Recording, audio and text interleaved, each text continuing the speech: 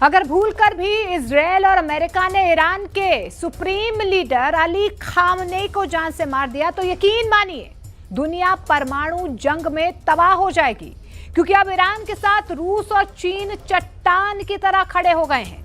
रूस और चीन के इसी एक्शन से इजराइल और अमेरिका बुरी तरह से बौखला गए हैं। खबर यह है कि ईरान 15 दिन में परमाणु बम बनाकर हमला कर सकता है। अगर ऐसा हुआ तो पूरे मिडिल ईस्ट में परमाणु जंग शुरू हो जाएगी।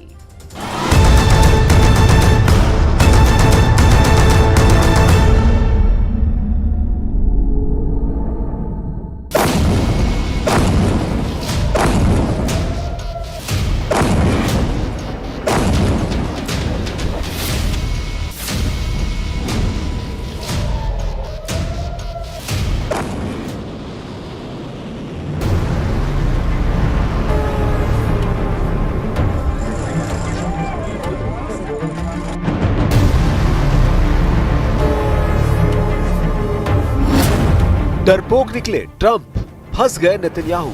अब 14 दिन में फैसला। 13 जून से अब तक ईरान इजराइल पर 400 से ज्यादा मिसाइलों से इजराइल के कम से कम 8 शहरों पर हमला कर चुका है।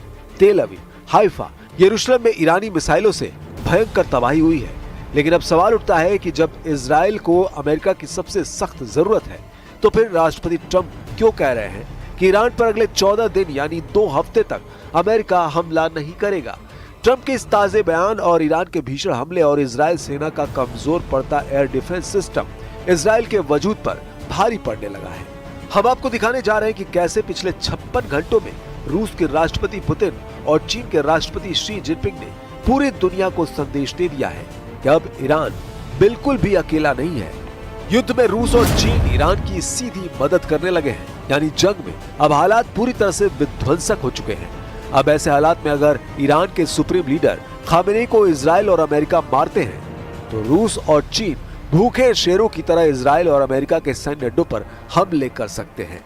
और अगर ऐसा होता है तो फिर दुनिया परमाणु विनाश जरूर देखेगी। लेकिन इस बीच इजराइल अमेरिका के धोखे से बौखला गया है। उसे जरा भी अंदाजा नहीं था कि जो अमेरिका अगले 24 घंटे में ईरान पर हमला करने जा रहा था, वो अमेरिका अचानक ईरान पर हमला करने के लिए 14 दिन का वक्त क्यों मांग रहा है। ईरान का असली युद्ध शुरू, रूस चीन ने पलटी बाजी। पहले आप ये जान लीजिए इस वक्त इजराइल और ईरान एक दूसरे पर किस तरह से हमले कर रहे हैं। इजराइल ने पिछले 24 घंटे में ईरान के अराक परमाणु केंद्र पर 60 जेट से हमले किए हैं। दावा किया गया है कि ईरान के अराक में मौजूद परमाणु फैसिलिटी को भारी नुकसान हुआ है। दावा किया जा रहा है कि ईरान के अराक परमाणु केंद्र में ही ईरान के परमाणु बम बनाए जा रहे थे। लेकिन रूस के राष्ट्रपति पुतिन ने मीडिया के सामने ऐलान किया है कि इजराइल ने ईरान के जितने भी परमाणु केंद्रों पर हमला किया है उसके सभी भूमिगत परमाणु फैसिलिटी पूरी तरह से सुरक्षित है। यानी ईरान के नतांज अराक पर हुए इजरायली हमले रूस के मुताबिक नाकाम साबित हुए हैं। इधर ईरान ने इजराइल के परमाणु केंद्र नेगेव पर हमला करने का दावा किया है। ऐसा माना जाता है कि इजराइल की राजधानी तेल अवीव से कुछ दूरी पर यह अड्डा है जहां इजराइल के परमाणु बम रखने के दावे किए जा रहे हैं। अब आप ये जान लीजिए कि 8 दिन की इजराइल ईरान जंग में कैसे ईरान ने इजराइल पर भीषण हमले शुरू कर दिए हैं और क्यों कहा जा रहा है कि रूस और चीन ईरान का अब जमकर साथ देने लगे हैं। युद्ध में ईरान का सीधा साथ दे रहे हैं रूस और चीन। चीन और रूस से तेजी से ईरान पहुंचा रहे हैं हथियार। रिपोर्ट में दावा किया गया है ईरान को बचाने के लिए चीन ने समंदर में जासूसी युद्धपोत तैनात कर दिए हैं। रूस ने ऐलान किया है कि अगर ईरान के सुप्रीम लीडर अली खामेनेई को मारा तो होगा भयंकर सर्वनाश। इजरायली मीडिया में दावा किया गया है कि 15 दिन में परमाणु बम से हमला कर सकता है ईरान। वॉशिंगटन में आपातकाल मीटिंग हुई है क्योंकि ईरान के पलटवार से सख्ते में है ट्रंप। ईरान, रूस, चीन से घबराकर ट्रंप ने 14 दिन तक ईरान पर हमला न करने का फैसला लिया है। तेल अवीव, हाइफा में भारी तबाही हुई है। ईरानी मिसाइलों ने इजराइल में मौजूद माइक्रोसॉफ्ट ऑफिस को मिसाइल हमले से उड़ा दिया है। इजराइल के परमाणु अड्डे नेगेव पर ईरान ने मिसाइल से हमला करने का दावा किया है। खबर यह भी कि ईरान के डर से अमेरिका ने कतर के अड्डे से 40 में से 37 जेट हटा दिए हैं। ईरान की सेजिल मिसाइल ने इजराइल में मचाई तबाही। ईरान के फोर्दो परमाणु अड्डे को कैसे तबाह करेंगे अमेरिका इजराइल, इसे लेकर तेल अवीव से लेकर वॉशिंगटन तक मीटिंग हो रही है।